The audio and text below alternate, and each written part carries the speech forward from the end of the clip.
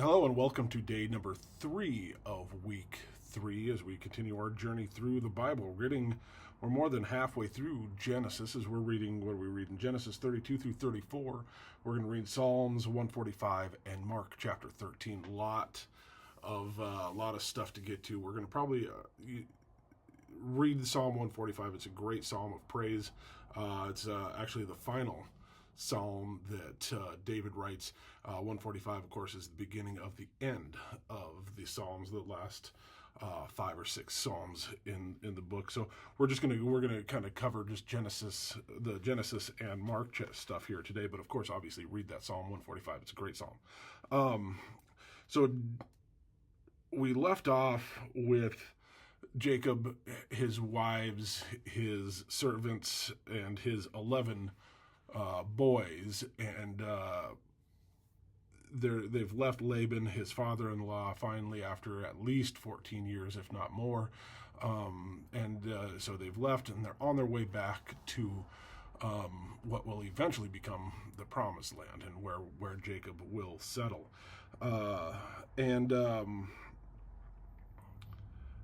We start with in chapter 32. These first 2 verses are an interesting verse, and just the way it starts. I'm going to read them. Jacob went on his way, and the angels of God met him. And when Jacob saw them, he said, "This is God's camp."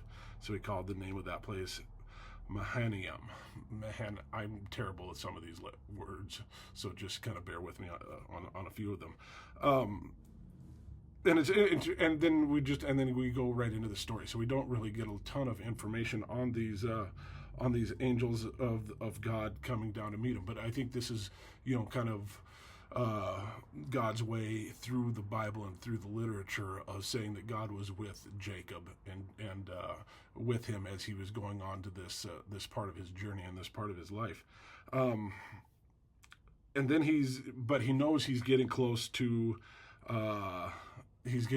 where his brother Esau is. And so he sends messengers ahead to Esau, and with promises of with promises of riches. He's going to give him livestock, he's going to give him servants, he's going to give him all these clothing and all of these things, and the servants, they return to him, and they tell him that there's a group of 400 men. Esau is coming to meet them with 400 men. And if we remember back to when Abraham, he went and fought, and he conquered 4 kings with 318 men. So Esau coming with 400 men, that is a significant number of men that he is coming. So Jacob, obviously, knowing their past history of Jacob taking his birthright, becoming the heir, and getting Isaac's blessing, and kind of being the favored child, Jacob is smartly very worried about how Esau is going to receive him, and that's why he sent out these messengers to bribe his brother into not fighting. And so but before we get to their meeting, we have this story of where Jacob wrestles with God, verses 22 through the end of the chapter, through verse 32, so 10 verses or so. And this is, Jacob wrestles with a man overnight. Jacob had sent his family across the river, the Jabbok River, sent everything across the river, and for whatever reasons, Jacob is, spending the night alone on the one side of the river, and he wrestles with this man overnight. And at some point throughout the night, Jacob realizes that he's wrestling against God. And I think this is a perfect metaphor for kind of Jacob in general, and really the Israelites throughout the Old Testament, and then even Christians now to this day, is we wrestle with God, don't we? And even though when we know what we're doing, and we still wrestle with a lot of those issues. And then obviously God gives him his blessing, and of course, but does not tell him his name. So then we get to chapter 33, and we have Jacob meeting Esau. And Jacob, of course, is worried and all of these things, and he's trying to protect his wives and his kids. And then Esau famously, verse 4, but Esau ran to meet him and embraced him and fell on his neck and kissed him, and they wept.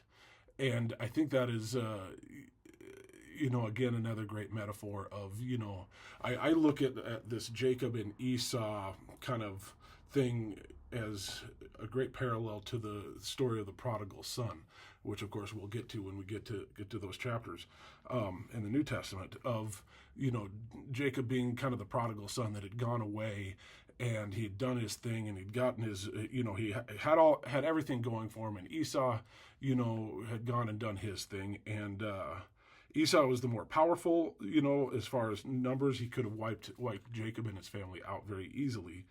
But then when they got back together, they wept and they embraced and they loved each other, and everything was good, for lack of better terms. And so just a great reunion, and they kind of plot out how they're going to, go ahead and keep going and doing all their, going into their future. So, it just, and we see it, I come from a family, there's 7 of us in our family, and we don't see each other, we're kind of spread out around the country anymore. And we might not talk every day, but then it's, when we do, it's always good. And so I think there's a lot of great parallels there to even modern day relationships and modern day family, familial relationships. And, we all have our infightings, don't we? And, but at the end of the day, we're still brothers. So, and then chapter 34, we were going to get to Dinah again. And so this terrible thing, they get to the land of Canaan, and of course, if we remember back to Rebecca, Jacob's mother, did not want him marrying a Canaanite woman, and we get this right at the beginning, verse 1. Now Dinah, the daughter of Leah, whom she had born to Jacob, went out to see the women of the land. And the only other time that term is used is when Rebecca was saying that I'm not letting Jacob marry any women of the land. And so it's kind of a negative connotation already from the beginning of this story that, of course, the original readers would have read that and been like, hey, that doesn't sound, we're not off to a good start. And of course, Dinah, is the king's son, sees her, likes her, takes her, rapes her. Not a good situation. Uses the term humiliated her is what my translation, the English Standard Version, translates. Obviously, we understand that he raped her. But then it says over and over again that this son Shechem, loved Dinah, and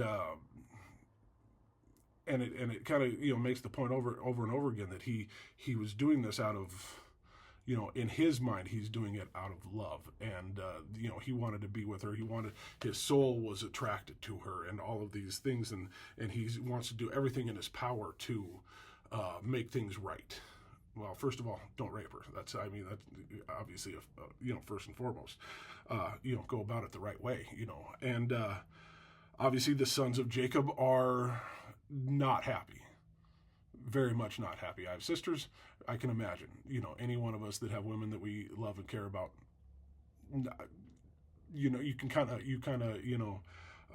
you understand where the brothers are coming, Simeon and Levi specifically, are coming from. And Jacob's doing his thing. He's trying to, maybe smooth things over a little bit. He understands that they are new people into the country, into this area. He's bringing a lot of people. He's bringing a lot of animals. He's bringing a lot of goods with him. This party that Jacob and his family is a large group, is a large caravan. So he's trying to almost politicize, work his way through and, smooth things out. And so the brothers decide that if the men of the city will circumcise themselves and, be like the Israelites. And we see that they're actually referred to in verse 7. And it says, the sons of Jacob had come in from the field as soon as they heard it, and the men were indignant and very angry because he had done an outrageous thing in Israel by lying with Jacob's daughter, for such a thing must not be done. And obviously that whole point is very, very true. But we see this is one of the first times that we see Israel being referred to, referring to this group of people. And, when he says an outrageous thing in Israel, this is the group of people that that obviously we get to know throughout the Old Testament. And so the brothers and Jacob, they're like, if you guys circumcise yourselves and be like the men of Israel, then everything will be fine. And of course, Dinah is not a part of these conversations, and we can, you can take that for whatever you will with the ancient Hebrews treatment and whatever of women. We obviously we'll get into that numerous times throughout the Old Testament. There's some good things that they do. There's some really not good things that they do. But again, this is all coming from our modern day sensibilities and understandings and our culture now today. That again, we have to read this stuff with a mind on the context of how these original readers would have been reading this story.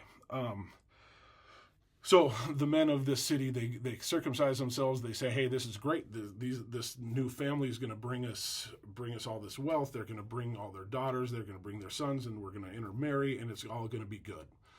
Obviously, we know that Levi and Simeon were not having any of that. So as the men were recovering from their circumcision, the two brothers went through, killed all the men, and kind of wiped the city out. I think one of the most interesting things in this whole chapter is God is not mentioned once. Not once did anybody in Jacob's party go to God in this. Ask God what to do.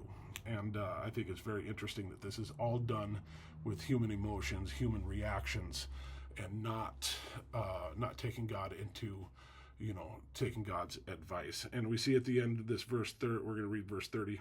Then Jacob said to Simeon and Levi, "You have brought trouble on me by making me stink to the inhabitants of the land, the Canaanites and the Perizzites. My numbers are few, and if they gather themselves against me and attack me, I shall be destroyed, both I and my household." But they said, "Should he treat our sister like a prostitute?" So Jacob is understanding that this is, he's the new guy in town. They're the new group, and the city and all the surrounding cities. Remember, this is a very small area. This is not a big, large, wide open. I live in eastern Montana, and there's wide open country. This is not a very wide open. There's cities that are, and these are all going to be small cities. We call it cities, but they're going to be small towns. But still, they're coming in there. They're the new guys, and they have a heart.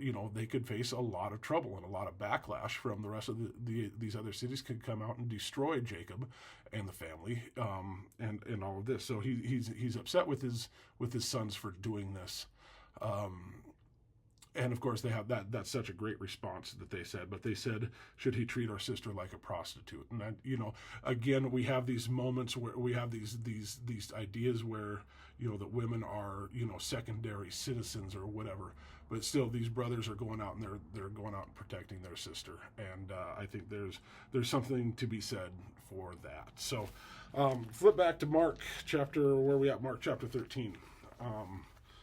And again, we're in Holy Week, and really this chapter is could also be read right alongside with some of the prophecies of Daniel, and of course the book of the whole entire book of Revelation, the prophecy that John had. And this is Jesus just preparing the disciples, and in turn preparing us for his second coming and for the destruction and all of the chaos, if you will, that will happen, before and during that, when that happens. And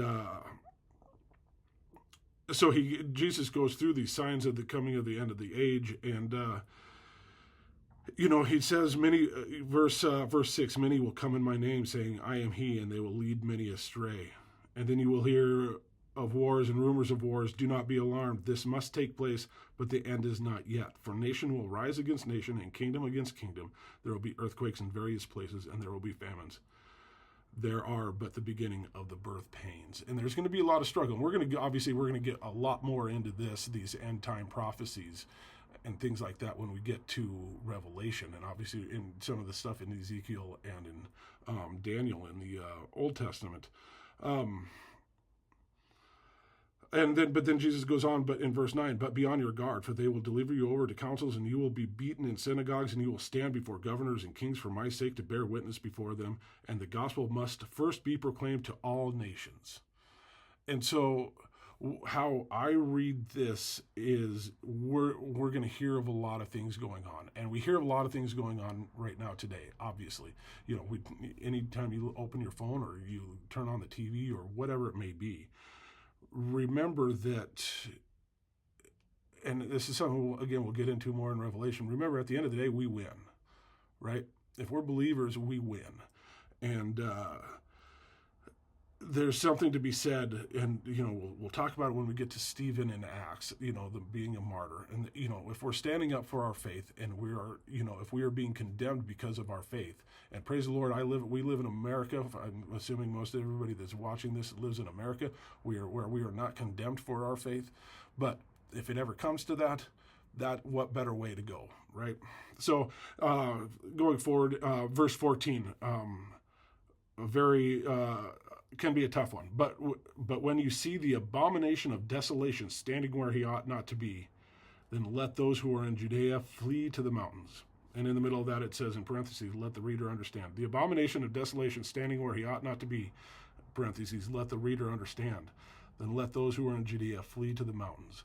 This is talking about the Antichrist. And this is, that's the abomination of desolation. That's the Antichrist that's coming in to destroy the world, and do all this lying. And again, we're going to get much more into this when we get to Revelation.